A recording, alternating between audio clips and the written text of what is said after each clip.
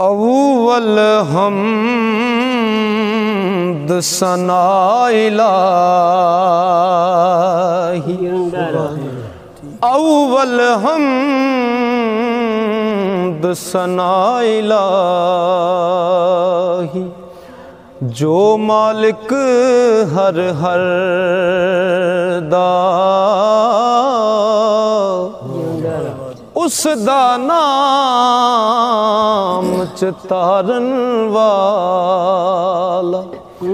हर मैदान न हर दा काम तमाम मुयसर होंदे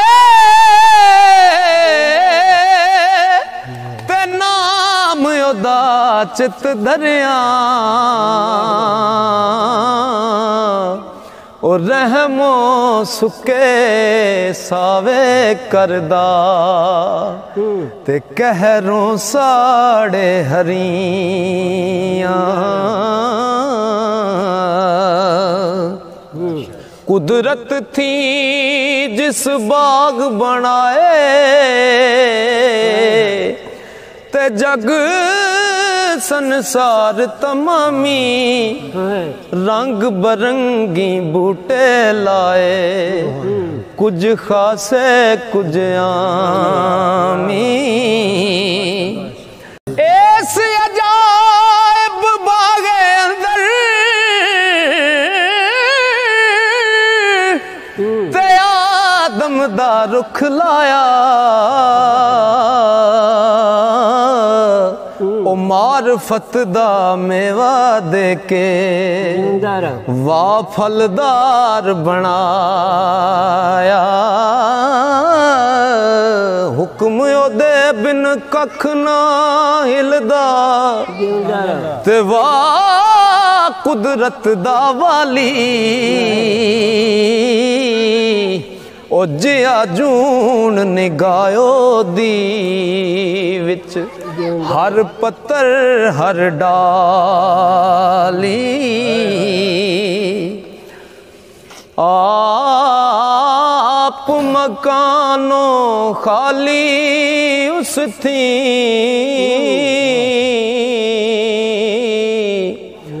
ते कोई मकान न खाली, हर वेले हर चीज मुहम्मद ते रखदा नेत संभाली,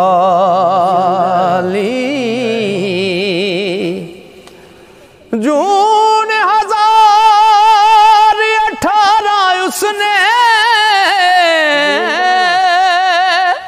ते दुनिया विच बनाई, ओ सूरत सीरत, ओ सूरत सीरत ते खासियत, ओ वखो वखरी पाई,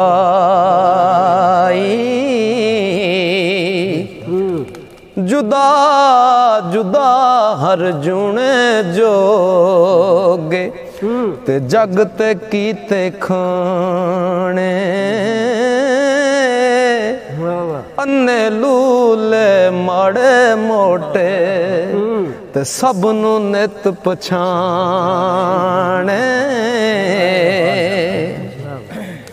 जो जो रिज़्क किसे दा कीत्यो ते लिखया कदी ना टाले, ओ लख करोड़ तके बुरियां ते फिर भी ओवें ही पाले,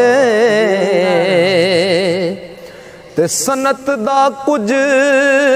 अंत ना लभदा, ओ नज़र करो जिस जाई, तन ओ कादर सर्जनहार ते जिस सब चीज बना।